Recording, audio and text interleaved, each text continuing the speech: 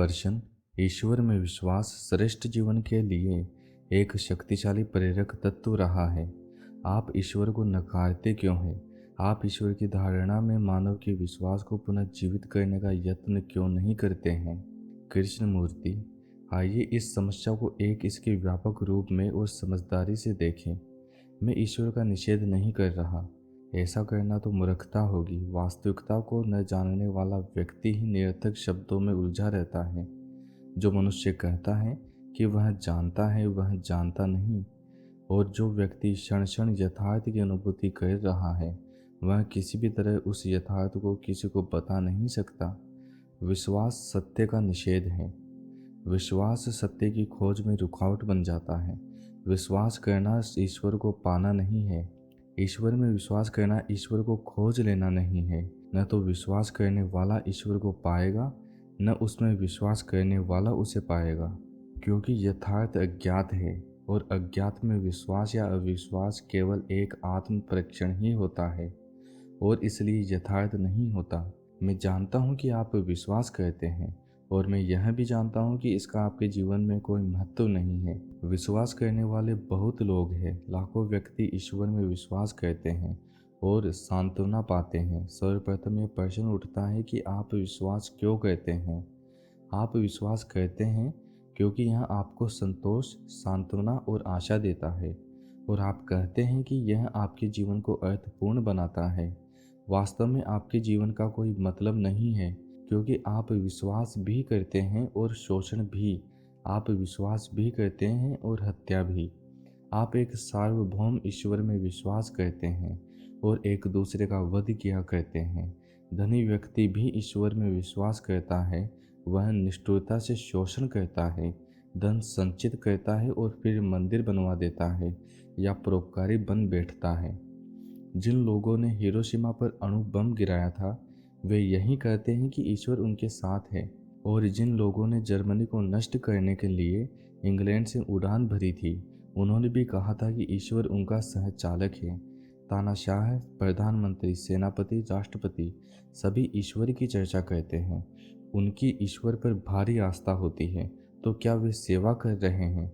क्या वे मनुष्य के जीवन को बेहतर बना रहे हैं? ईश्वर पर विश्वास का दावा करने वाले लोगों ने आधे विश्व का नाश कर दिया है और विश्व पूरी तरह से दुर्दशा में है। धार्मिक असहनशीलता के कारण लोग विश्वास करने वालों और विश्वास न करने वालों में विभाजित हो गए हैं और इसी कारण से धार्मिक युद्ध होते हैं। यह दर्शाता है कि आप किस कदर सियासती तबीयत के हैं। क्या ईश्वर पर विश्वास श्रेष्ठ जीवन के लिए एक शक्तिशाली प्रेरक तत्व है? आप अच्छे जीवन के लिए कोई प्रेरक क्यों चाहते हैं?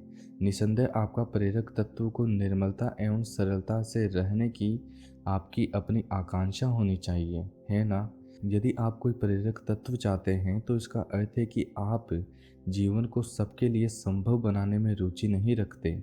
आप रुचि रखते हैं केवल अपने प्रेरक तत्व में, जो मेरे प्रेरक तत्व से भिन्न है। और अब हम प्रेरक तत्व पर भी झगड़ा करने लगेंगे। यदि हम खुशी खुशी एक साथ रहें, इसलिए नहीं कि हम ईश्वर में विश्वास करते हैं, बल्कि इसलिए कि हम मानव हैं, तो हम सभी जरूरी वस्तुओं का उत्पादन करने हेतु समस्त उत्पादन साधनों को आपस में बांट लेंगे। प्रज्ञा न होने के कारण हम महाप्रज्ञा की धारणा में विश्वास करने लगते हैं, जिसे हम ईश्वर का नाम देते हैं। परंतु यह विश्वास, यह महाप्रज्ञा हमें कोई उत्तम जीवन देने नहीं जा रही। उत्तम जीवन प्रज्ञा से संभव है, और जहाँ विश्वास है वहाँ वर्ग विभाजन है। जहाँ उत्पादन के साधन कुछ व्यक्तियों के हाथ में ही सीमित हैं, जहाँ अलग अलग राष्ट्रीयता और प्रभुसत्ता संपन्न सरकारें हैं, वहाँ प्रज्ञा नहीं हो सकती। जाहिर है कि यह सब प्रज्ञा के अभाव को ही दर्शाता है, और प्रज्ञा का अभाव ही बेहतर जीवन में बाधा डाल रहा है, ईश्वर पर अविश्वास नहीं। आप भिन्न भिन्न प्रकार से विश्वास करते हैं, परंतु आपके विश्वास की कोई वास्तविकता नहीं है। वास्तविकता वही है जो आप हैं, जो आप करते हैं, जो आप सोचते हैं, और ईश्वर पर आपका विश्वास आपके नीरस, मूढ़ और क्रूर जीवन से आपका एक पलायन मात्र है। इतना ही नहीं, विश्वास अनिवार्यतः लोगों को विभाजित करता है। वह हिंदू, बौद्ध, ईसाई, साम्यवादी, समाजवादी, पूंजीवादी और इसी प्रकार न जाने क्या क्या बनाता है। विश्वास विचार विभाजित करते हैं। ये कभी भी व्यक्तियों को एक नहीं करते। आप कुछ लोगों को एक साथ किसी वर्ग में ला सकते हैं, परंतु वह वर्ग दूसरे वर्ग का विरोधी होगा। धारणाएं और विश्वास कभी भी एक करने वाले नहीं होते। इसके विपरीत वे अलग करने वाले, विघटित करने वाले और विध्वंसकारी होते हैं। इसलिए ईश्वर में आपका विश्वास वास्तव में विश्व में दुर्दशा फैला रहा है। ऐसा हो सकता है कि इससे कुछ क्षणों के लिए आपको सांत्वना मिली हो, किंतु वास्तव में यह विश्वास युद्ध, अकाल, वर्ग विभाजन तथा अलग अलग व्यक्तियों में क्रूर कर्मों के रूप में आपके लिए और अधिक दुर्गति और विनाश ही लाया है। इसलिए आपके विश्वास की कोई प्रामाणिकता नहीं है। यदि कोई वास्तव में ईश्वर में विश्वास रखते हैं, यदि वह आपके लिए एक सच्चा अनुभव होता है, तो आपके चेहरे पर एक मुस्कान होती है और आप मनुष्य का नाश नहीं कर रहे होते हैं। तो यथार्थ क्या है? ईश्वर क्या है? ईश्वर शब्द नहीं है। शब्द वह वस्तु नहीं होता जो असीम है, जो कालातीत है। उसे जानने हैं तो मन के लिए समय से मुक्त होना जरूरी है, जिसका अर्थ है कि मन को समस्त विचार से, ईश्वर के विषय में समस्त धारणाओं से मुक्त होना जरूरी है। आप ईश्वर या सत्य के विषय में क्या जानते हैं? आप वास्तव में उस यथार्थ के विषय में कुछ नहीं जानते। जो कुछ आप जानते हैं बस वे शब्द हैं। वे या तो दूसरों के अनुभव हैं या आपको अपने अस्पष्ट अनुभवों के कुछ क्षण हैं। निसंदेह वह ईश्वर नहीं है, यथार्थ नहीं है।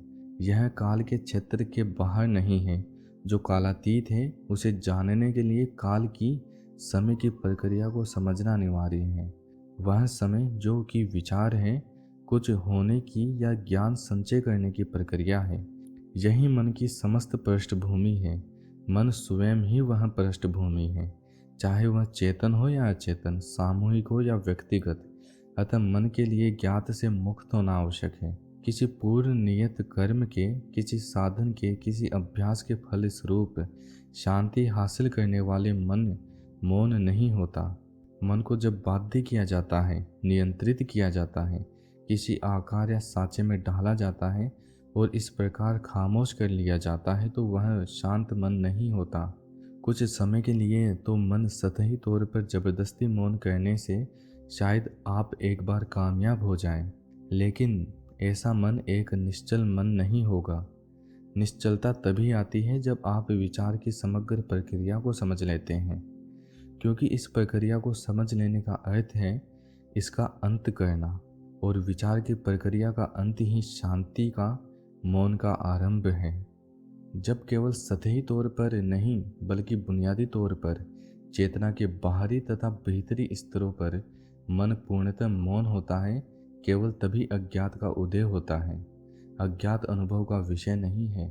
अनुभव केवल शांति का ही संभव है, केवल शांति का। शांति को छोड़कर मन जब किसी भी दूसरी स्थिति का अनुभव करता है, वह केवल अपनी आकांक्षाओं का ही प्रक्षेपण कर रहा होता है, और ऐसा मन मौन नहीं होता। जब तक मन मौन नहीं होता, तब तक विचार चेतन अथवा अचेतन किसी भी रूप में गतिशील रहता है। शांति संभव नहीं है। निश्चलता अतीत से मुक्ति है। यह ज्ञान से, चेतन से और अचेतन दोनों प्रकार की स्मृति से मुक्ति है। जब मन पूर्णतया मौन होता है, वह कार्यरत नहीं होता।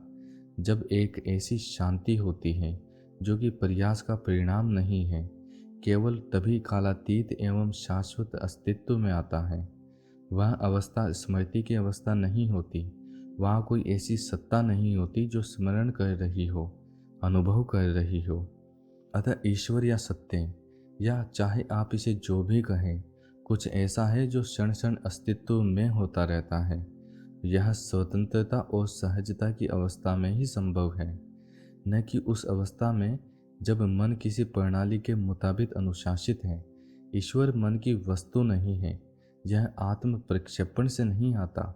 इसका आवागमन केवल तभी होता है जब सदाचार हो, जो कि मुक्ति है। सदाचार का अर्थ है जो है, और तथ्य का सामना करना आह्लाद की स्थिति है। जब मन आनंद में मौन, स्वयं की किसी भी हलचल से मुक्त, चेतन या अचेतन सभी प्रकार के प्रक्षेपणों से रहित होता है, केवल तभी शाश्वत प्रकट होता है।